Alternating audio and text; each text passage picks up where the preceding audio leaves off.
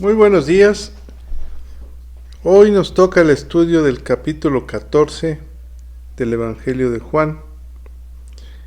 Este capítulo es muy conocido por todos los creyentes porque tiene como título Jesús, el camino al Padre.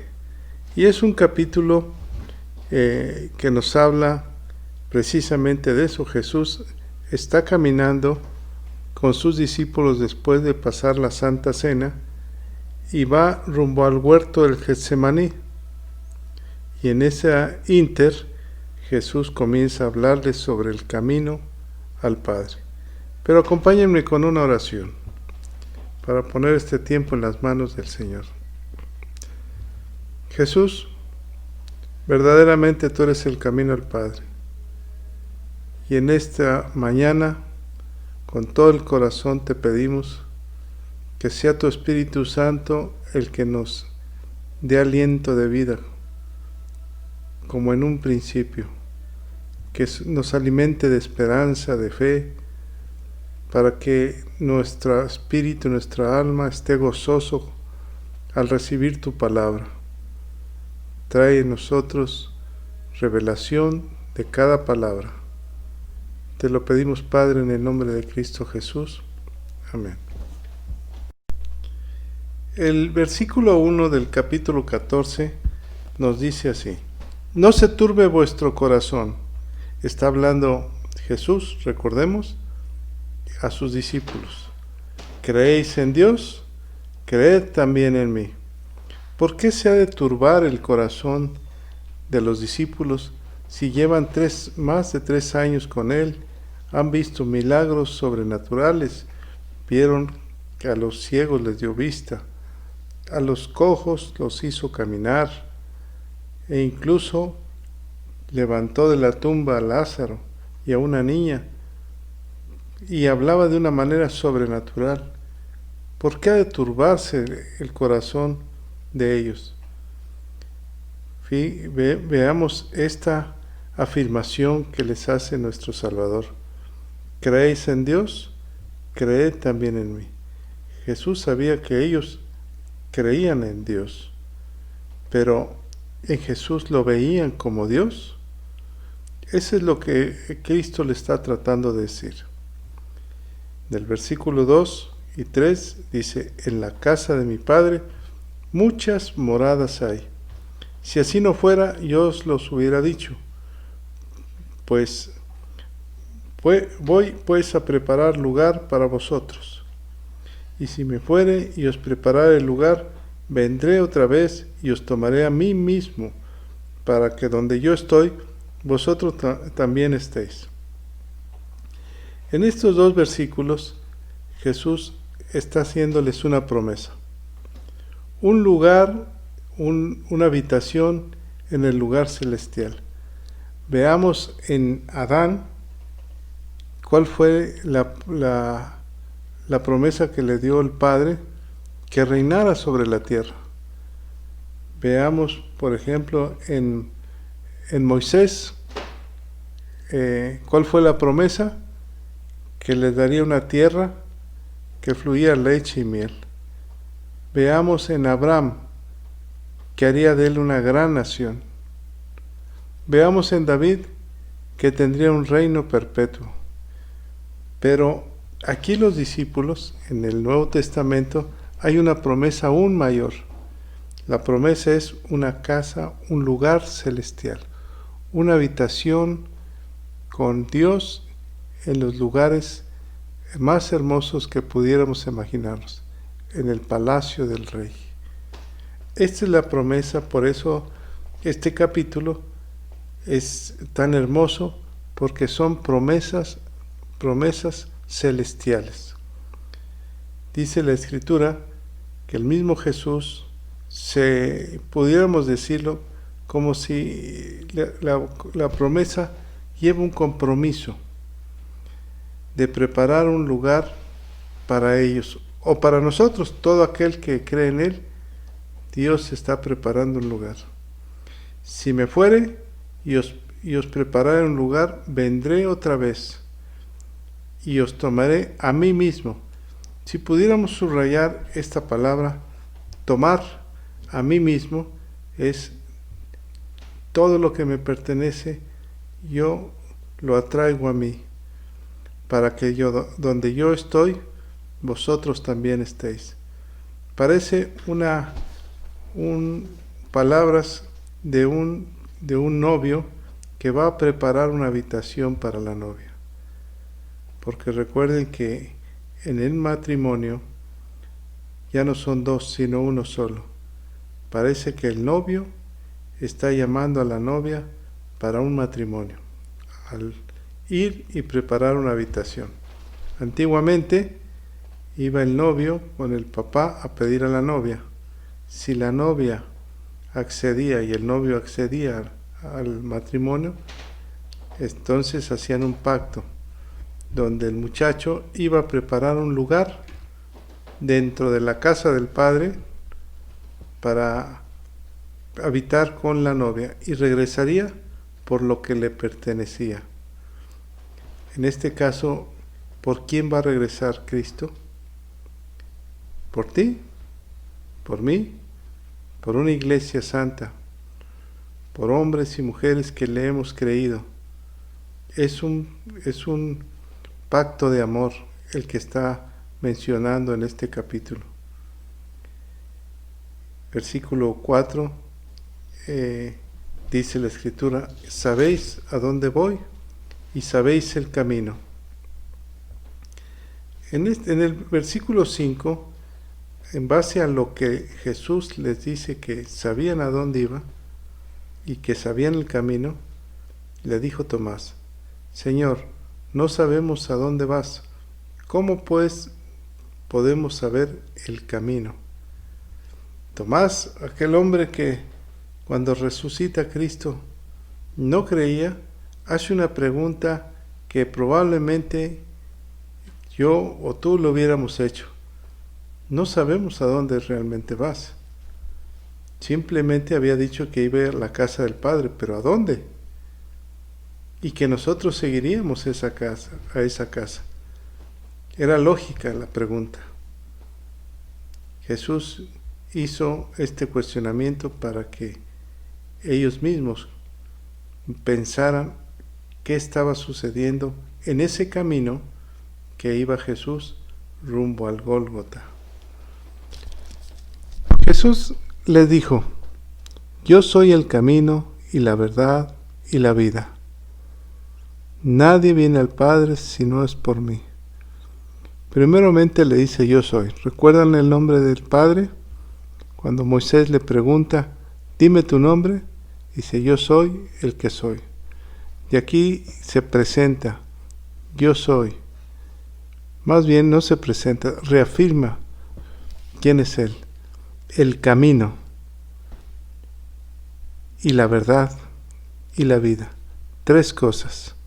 El camino, la verdad y la vida. ¿Qué es lo que buscamos en la tierra? ¿Cómo forjar nuestro camino? Cuando es uno niño, tiene sueños de ser alguien. Cuando es uno grande, cuando es uno joven, se prepara para seguir un camino. Y cuando es un adulto, quiere ir sobre el camino, siempre teniendo sueños, deseos de seguir adelante. Por eso esta mañana nosotros tenemos que forjar un camino en base a la palabra de Dios. Y la segunda es la verdad, en base a la verdad. En el cristianismo no hay cabida para las mentiras, porque el diablo es el autor de las mentiras y padre de las mentiras. Jesús es Él es la verdad y padre de la verdad. Y la vida es Cristo. Dice la Escritura que nadie podemos tener vida si no es a través de Él. Nos promete la vida eterna. Pero ¿cómo nosotros como Tomás podemos encontrar ese camino? Quiero que me acompañen al libro del profeta Jeremías, capítulo 6, versículo 16, si son tan amables. está el profeta declarando palabra de Dios, y se los voy a leer. Dice, versículo 16. 6, versículo 16. Así dijo Jehová: paraos en los caminos, y mirad, y preguntad por las sendas antiguas, cuál es el buen camino, y andad por él, y hallaréis descanso para vuestra alma. Mas dijeron: no andaremos. Dice la Escritura que Jehová mismo nos da la indicación: párate, o sea, haz un alto, párate en los caminos y mirad. ¿Qué estamos haciendo en este tiempo? Hubo un alto en la vida del hombre. Los negocios se cerraron, los trabajos se cerraron, todos nos fuimos a nuestros hogares y hicimos un paro en nuestro hogar. Dice, íbamos en el camino de la vida y de repente frenamos. ¿Y qué nos ordena el Señor? Mirad. Mirad quiere decir ver, meditar, escudriñar. Mirad, ¿hacia dónde voy? ¿Qué camino llevaba en la vida? ¿Dónde estoy parado? ¿Sobre qué camino? Preguntad. Después de meditar, tenemos que preguntar por las sendas antiguas. ¿Cuál es el buen camino? ¿Cómo debemos de preguntar? ¿A quién le debemos de preguntar? A Cristo, porque Él es el camino. Él ya recorrió el camino. Por eso en el capítulo 14 le está diciendo a sus discípulos: andad, yo soy el camino. Andad por este camino, el camino que nos enseñó. Y ahorita vamos a ver qué dice el profeta Isaías sobre este camino. Dice, preguntar por las sendas antiguas. ¿Cuáles serían las sendas antiguas? ¿Recuerdan? Hay una historia donde Cristóbal Colón va a ver a los reyes y les dice, y él tenía pensado embarcarse a las Indias, y les dice, los libros antiguos, los rollos antiguos hablan de una tierra lejana. Dios se sienta en el circo de la tierra. Eso lo vemos en el libro de Isaías, capítulo 40. Ahí está claramente. ¿Qué hizo Cristóbal Colón? Meditó, vio sobre qué decían los rollos antiguos, las profecías. Y así emprendió su historia. Dice que nosotros, en el libro de Jeremías, que nosotros tenemos que pararnos en ese buen camino y andar por él. Para andar por él tenemos que buscar a través de la palabra cómo limpiar nuestro camino y cómo ir sobre el camino de santidad. Cuando encontremos a Cristo como nuestro Señor y Salvador, que ya lo hicimos, dice el profeta Jeremías, hallaréis descanso para vuestra alma. ¿Qué es lo que necesitamos? Descanso para vuestras almas. El profeta Isaías nos habla de ese camino. Vámonos a Isaías capítulo 35, versículo 8 y 9, si me acompañan. Dice, y habrá allí calzada y camino, y será llamado camino de santidad. No pasará inmundo por él, sino que él mismo estará con ellos. El que anduviere en este camino, por torpe que sea, no se extraviará. No habrá allí león ni fiera subirá por él, ni allí se hallará para que se caminen los redimidos. Y los redimidos de Jehová volverán y vendrá nación con alegría y con gozo perpetuo. nos habla de una habitación, de un lugar celestial, de la Nueva Jerusalén, con gozo perpetuo sobre sus cabezas, y tendrán gozo y alegría, y huirá la tristeza y el lamento. Esta es la promesa que Jesús nos está haciendo en el capítulo 14 del Evangelio de Juan, cuando les dice: yo soy el camino, yo soy la verdad, yo soy la vida. Él es cómo pararnos en las sendas antiguas a través de su palabra. Por eso es importante estar todos los días meditando sobre su palabra. La misma Escritura dice: he puesto delante de ti un camino ancho que lleva a la perdición y un camino angosto que lleva a la vida eterna. Escoge pues la vida, el camino angosto. Jesús está hablando y prometiéndoles que busquen, que sigan ese camino. Versículos 7 y 8. Si me conocieres, también a mi Padre conoceréis. Y desde ahora, desde este momento le está diciendo, le conocéis y le habéis visto. Qué privilegio tuvo esa generación cuando Dios se muestra tal cual es ante sus discípulos. Desde ahora me ven. Fue la única generación que ha visto físicamente a Dios. Nosotros lo sentimos y lo vamos a ver más adelante a través de la promesa. Felipe le dijo: Señor, muéstranos al Padre y nos basta.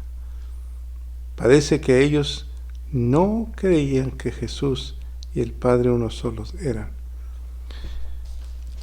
Y andando con él, con el mismo Jesús, todavía no entendían.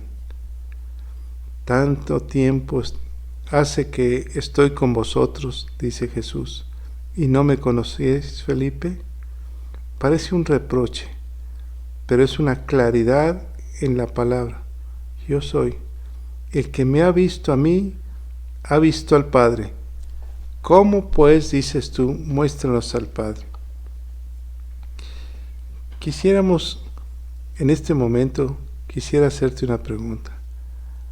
Al ver a Jesús en su gran amor y su gran misericordia para ti, ¿ves al Padre en Cristo Jesús?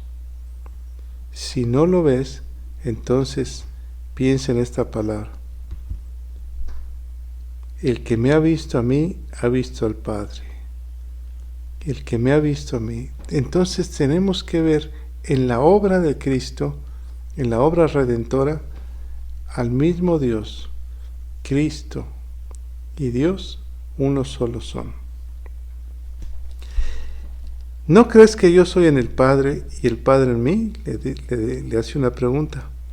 Las palabras que yo os hablo, no las hablo por mi propia cuenta, sino que el Padre que mora en mí, subrayemos esto, que mora en mí, la palabra morar es habitar, la palabra en es dentro de mí.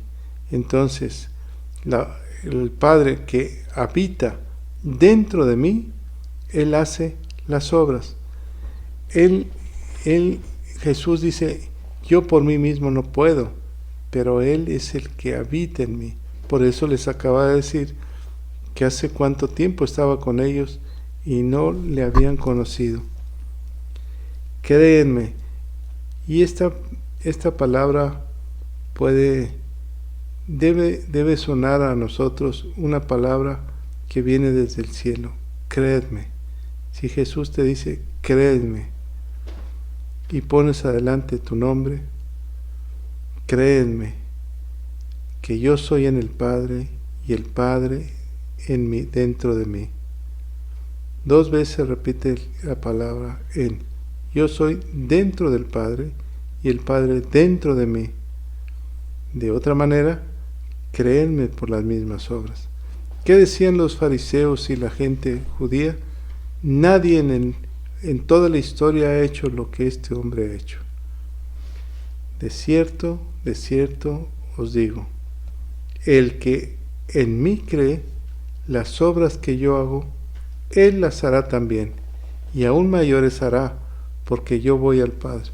¿Cómo poder hacer las obras que él hizo? Bueno, lo vamos a ver más adelante, del versículo 15 en adelante. Para Dios no hay nada imposible. Y la clave para trabajar al servicio del Creador del universo es seguir su camino. El ejemplo claro de Dios en la tierra. Cómo se comportó Jesús como hombre, cómo Dios lo respaldó con obras poderosas, cómo oró al Padre, cómo buscó la presencia del Padre todos los días en el huerto. Eso es lo que nos está tratando de decir, que tenemos que apasionarnos por su obra. Su palabra tiene que entrar en nuestra vida y nuestra boca se debe de llenar de su palabra. No es nuestra palabra, es la palabra de él. Por ejemplo, en el versículo 12, si les leo, dice así: de cierto os digo, el que en mí cree, las obras que yo hago, él las hará también. ¿Quién habla? Jesús mismo te está diciendo esto.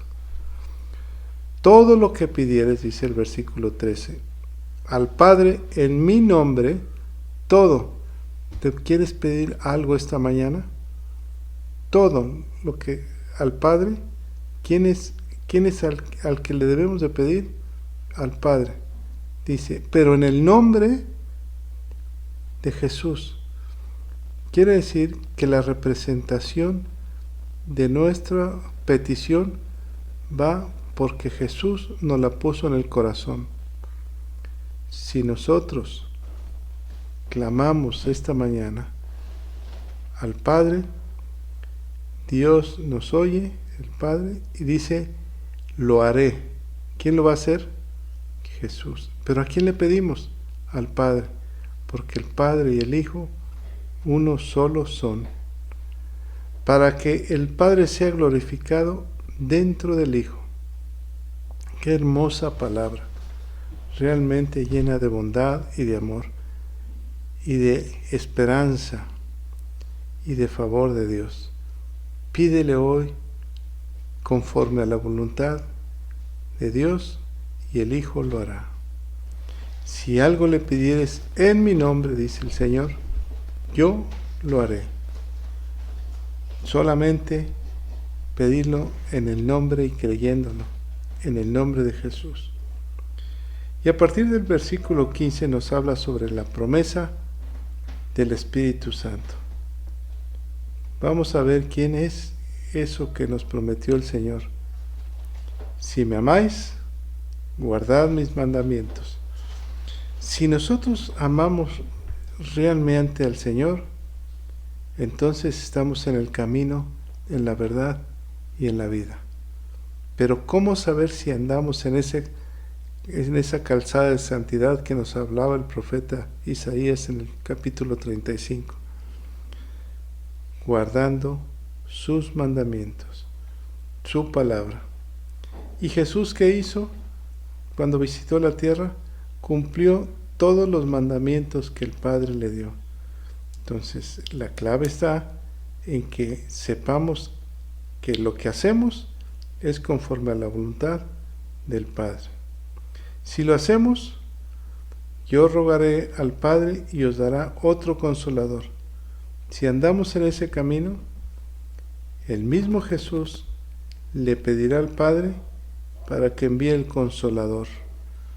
¿Quién es ese consolador? Dice, es el Espíritu Santo, para que esté con vosotros. ¿Por cuánto tiempo? Siempre, siempre. ¿Estarás solo o sola algún día? Nunca. En la tarde, en la noche, nunca vas a estar solo. El Espíritu Santo estará con nosotros. El Espíritu de verdad, el cual el mundo no puede recibir, porque no le ve ni le conoce, pero vosotros le conocéis, porque mora con vosotros y estará en vosotros. ¿Quién es el Espíritu Santo? Recuerden que en el capítulo 4 del Evangelio de Juan dice que Dios es Espíritu. Entonces, ¿quién es el Espíritu? Dios, precisamente. Si esa generación de los discípulos tuvo el privilegio de palpar a Jesús, a Dios mismo en la tierra, también nosotros somos una generación privilegiada, porque el mismo Dios vive en nosotros. El apóstol Pablo dice que somos templos del Espíritu Santo. Jesús dice que el Padre y Él vendrían y harían morada en nosotros, en ti. Por eso nuestra vida debe estar guardada en santidad. El Espíritu de verdad. Jesús es la verdad. Entonces, ¿Él mismo estará aquí mostrándonos la verdad? Sí. ¿Por qué el mundo no lo puede recibir? Porque el Espíritu se siente su presencia, porque Él estará con nosotros. Jamás dice la Escritura que nos dejará huérfanos. Vendré, veamos el versículo 18.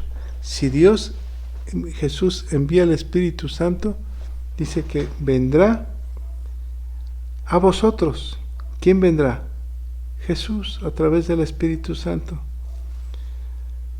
Un poco de tiempo, dice Jesús, todavía un poco de tiempo y no me verán más, pero vosotros me veréis. ¿Cómo está eso? Por un poco de tiempo y no me verás, pero vosotros me veréis, porque yo vivo, vosotros viviréis. Jesús resucitó, le está diciendo, voy a resucitar y vendré a ustedes, a nosotros.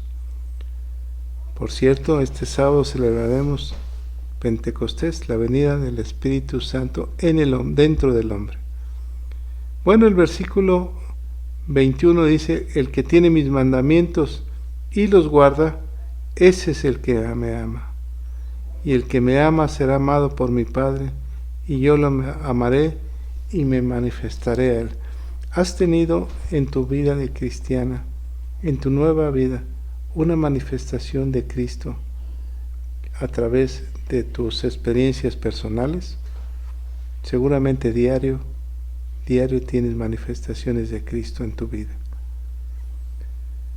Les dijo Judas, no el Iscariote, el Señor, ¿cómo es que te manifestarás a nosotros y no al mundo? Y Jesús le respondió, le dijo, el que me ama, mi palabra guardará, y mi Padre le amará, y vendremos a él, y haremos morada con él.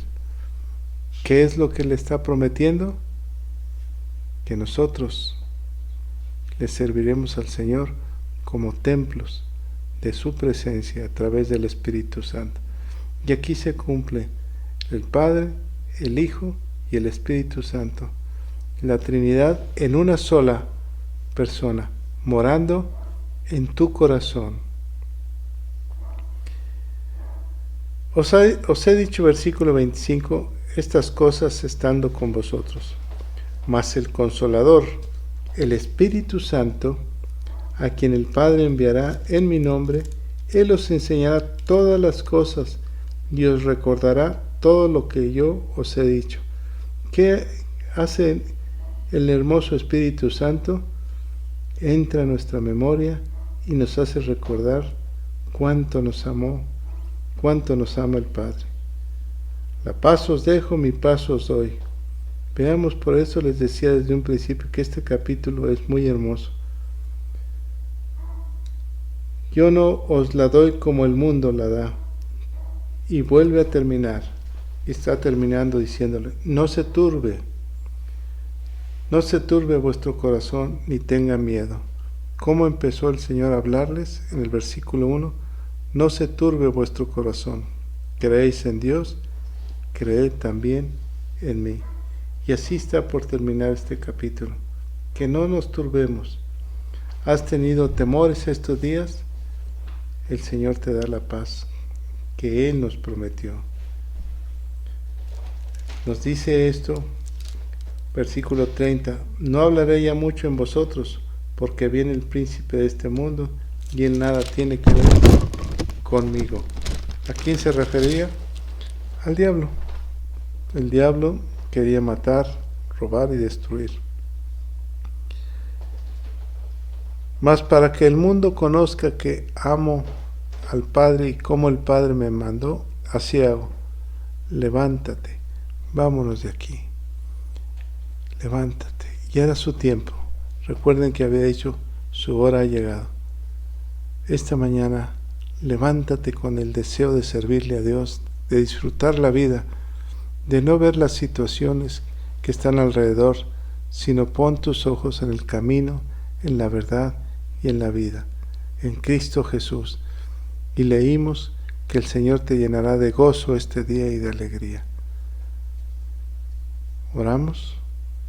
Padre, en el nombre de Jesús te pedimos que este jueves 28 sea lleno de alegría, de paz, porque es un día especial, Señor, porque tu palabra nos da gozo, paz, alegría, porque sabemos que estamos en el camino que tú nos marcaste, en tu camino, en tu verdad, y que tú nos das esta vida, y que nos has dado esta vida. Bendecimos este día, en el nombre de Jesús. Amén. Dios les bendiga.